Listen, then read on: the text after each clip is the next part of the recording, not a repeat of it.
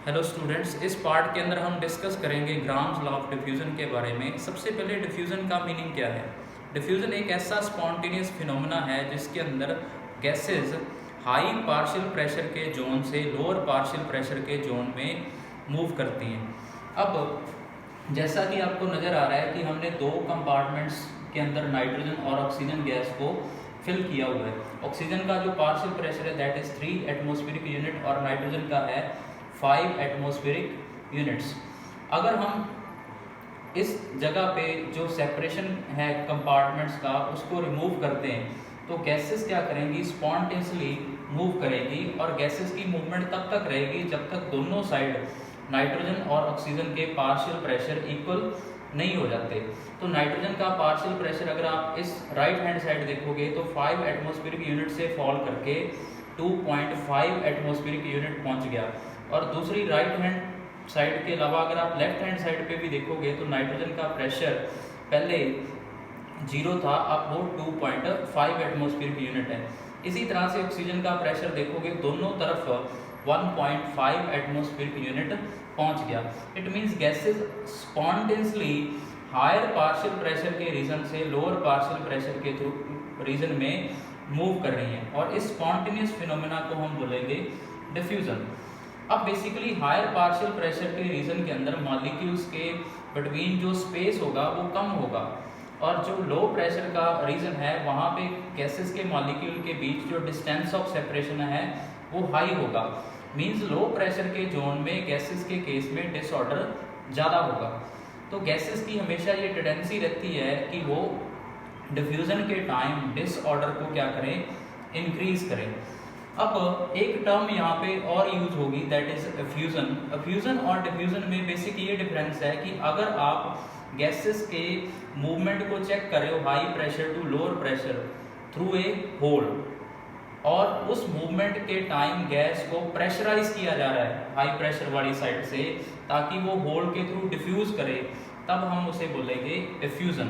तो एफ्यूजन और डिफ्यूजन में फिनोमेना वाइज हाई प्रेशर से लो प्रेशर मूवमेंट है, बट अगर फोर्स्ड मूवमेंट है through a hole that is a effusion process.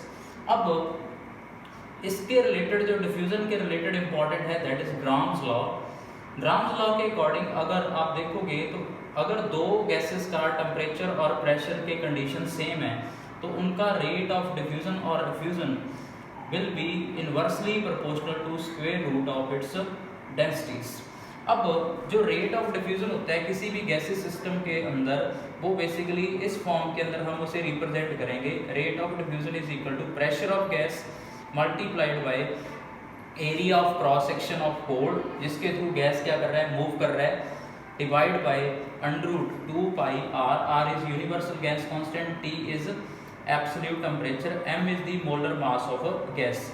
तो इस फार्मूले से अगर आप देखोगे तो हम डिफ्यूजन को अगर जर्नलाइज फॉर्म के अंदर देखें ग्राम्स लॉ के केस में तो रेट क्या आ रहा है, डायरेक्टली प्रोपोर्शनल आ रहा है आपके पास प्रेशर के, इनवर्सली प्रोपोर्शनल आ रहा है square root of temperature and molecular mass के।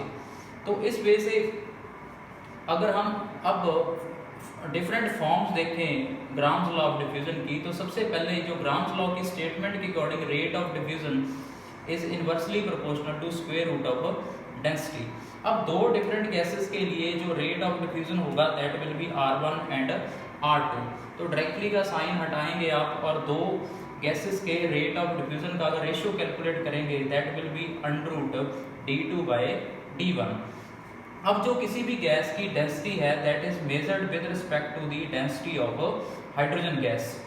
तो जब किसी भी गैस की डेंसिटी को हाइड्रोजन के विद रिस्पेक्ट हम मेजर करते हैं तब उस डेंसिटी को हम गैसेस के केस में लिखेंगे वेपर डेंसिटी। इट मींस इस डेंसिटी को हम लिख सकते हैं vapour density of gas 2 divide by vapour density of gas 1। अब जो वेपर डेंसिटी का डबल होता है that is the molar mass of gas. तो हम वेपर डेंसिटी ऑफ गैस को रिप्लेस कर देंगे with molar mass of gas 2 divide by 2। इसी तरह से vapour density of gas 1 that will B molar mass of gas 1 divide by 2। 2 से 2 cancel हो जाएगा आपके पास, तो इस फार्मूले के अंदर आपके पास आएगा √m2/m1। Now this factor is known as enrichment factor.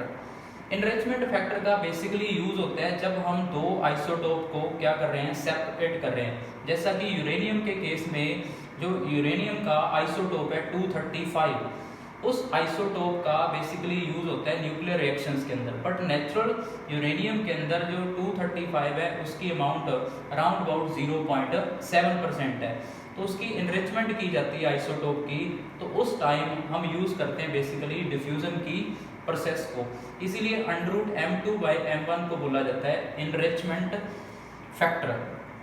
अब उसके बाद जो नेक्स्ट पॉइंट है कि किसी भी गैस के रेट ऑफ डिफ्यूजन का मीनिंग क्या है। मीनिंग ये है कि उस गैस का कितना वॉल्यूम किसी भी पर्टिकुलर पोरस पार्टीशन या होल के थ्रू क्या कर रहा है, मूव कर रहा है पर यूनिट टाइम। तो volume of gas diffuse to the time taken for diffusion, इनकी रेशियो को हम बोलेंगे रेट ऑफ डिफ्यूजन।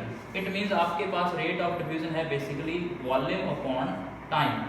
अगर कोई दो गैसेस के लिए सेम वॉल्यूम डिफ्यूज हो रहा है इन डिफरेंट टाइम्स, तब आपके पास जो वॉल्यूम की वैल्यू होगी दो गैसेस के लिए सेम होगी बट टाइम डिफरेंट है। तो जब आप R1/R2 की रेशियो निकालोगे तो वॉल्यूम वाला फैक्टर कैंसिल हो जाएगा, टाइम का फैक्टर बचेगा, दैट इज T2/T1। तो जब आप टाइम का कंपैरिजन करोगे तो उसकी वैल्यू आएगी √D2/D1 और √M2/M1। अब उसके बाद जो नेक्स्ट पॉइंट है, अगर आप कंपैरिजन करोगे वॉल्यूम ऑफ गैसेस का जो सेम टाइम में डिफ्यूज कर रहे हैं, तो डिफरेंट वॉल्यूम डिफ्यूज कर रहा है अगर सेम टाइम में, तब आपके पास टाइम का फैक्टर कैंसिल हो जाएगा, वॉल्यूम का फैक्टर बचेगा। तो R1/R2 होगा V1/V2 और ये पूरा फैक्टर इक्वल रहेगा √D2/D1 is equal to √M2/M1 के।